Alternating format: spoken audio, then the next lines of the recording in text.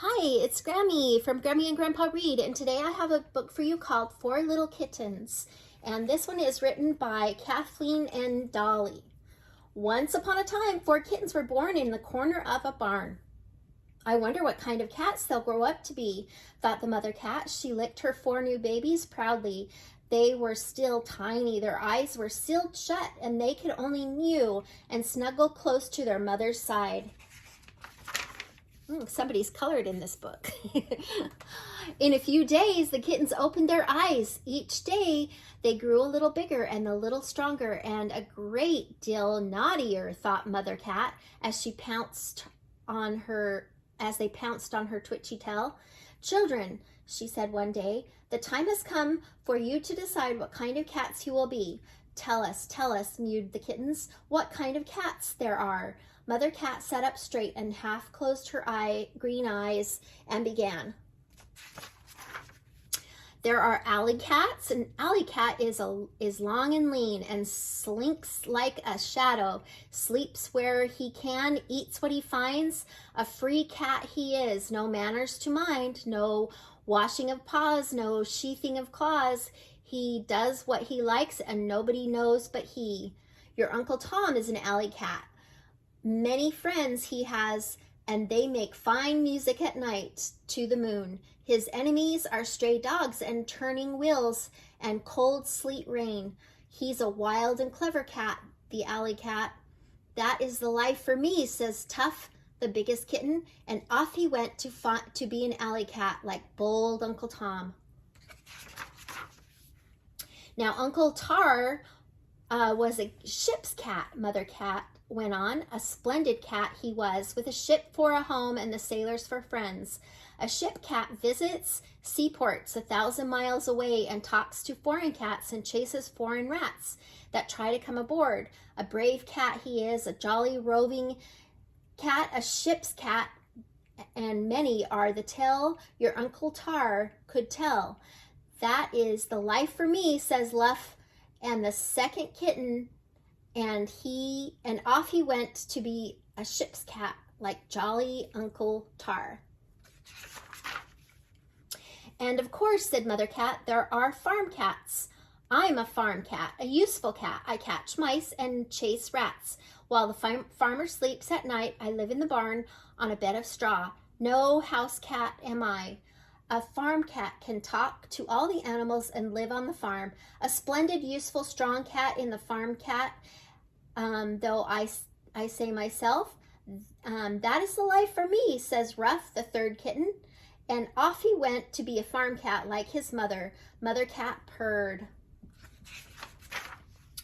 Now the smallest, youngest kitten was called Muff. Muff was gentle and playful and pretty and always kept her white paws clean. Muff's mother sighed and said, Muff, I don't think you are an alley cat. I don't think you're a ship's cat or even a farm cat. I don't know what kind of cat you are. And off went Mother Cat to catch nice fat mouse for dinner. Sadly, Muff wandered out of the barn and caught sight of Ruff getting ready to spring on a big rat. Muff shivered and crept by as quietly as she could.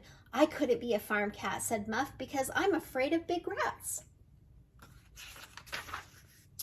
Muff wandered out of the farm and down to the village. She saw a plump little Tuff doing his best to look lean and wild like an alley cat.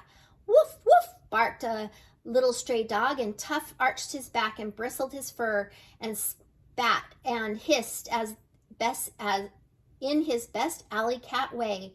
The little dog ran away, and so did Muff. Down at the river she ran. She saw Luff on the big ship in the harbor. The sailors were busy with ropes and things, but already Luff had curled up in a place where he wouldn't be in the way. Soon, Luff would be visiting cats 1,000 miles away, just like Uncle Tar. Muff waved goodbye. I wish I knew what kind of cat I am, she sighed. Then she had to run out of the way as a bicycle came by. It began to rain and Muff got cold and wet, and she didn't like that at all. She shook her wet paws crossly and laid down to sleep on a lumpy pile of sacks. she didn't like that very much either. She was cold and hungry and cross, and when a big hand picked her up, she spat and hissed for all the world like an alley cat, but the big hand put her into a big warm pocket, and after a few more angry squawks and a sad little mew, Muff fell asleep.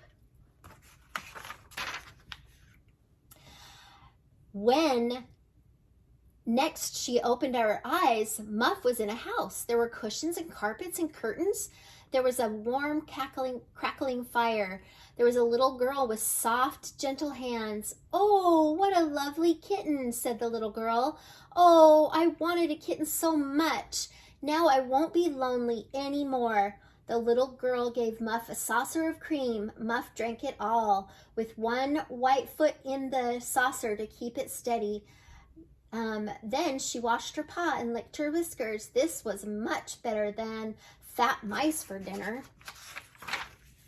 The little girl played with Muff. She dangled a string, and Muff jumped and pounced in her prettiest way, and the little girl laughed with delight. Muff purred. This was much better than running away from barking dogs and turning wheels. The little girl lifted Muff into her warm lap and stroked Muff's fur. "Oh, it's nice to have a kitten," said the little girl happily. Muff purred loudly. This was much better than a pile of lumpy sacks or even a bed of straw. "This is a life for me," purred Muff. "I know what kind of cat I am at last. I'm a cushion and cream cat, a purring cat and a cuddlesome cat, a playful cat and a little girl's cat. I'm a house cat." And so all 4 kittens lived happily ever after. Tough in his alley because he was an alley cat, Rough on his farm because he was a farm cat, Luff on his ship because he was a ship cat, and Muff on her cushions in her house with her little girl because she was a house cat.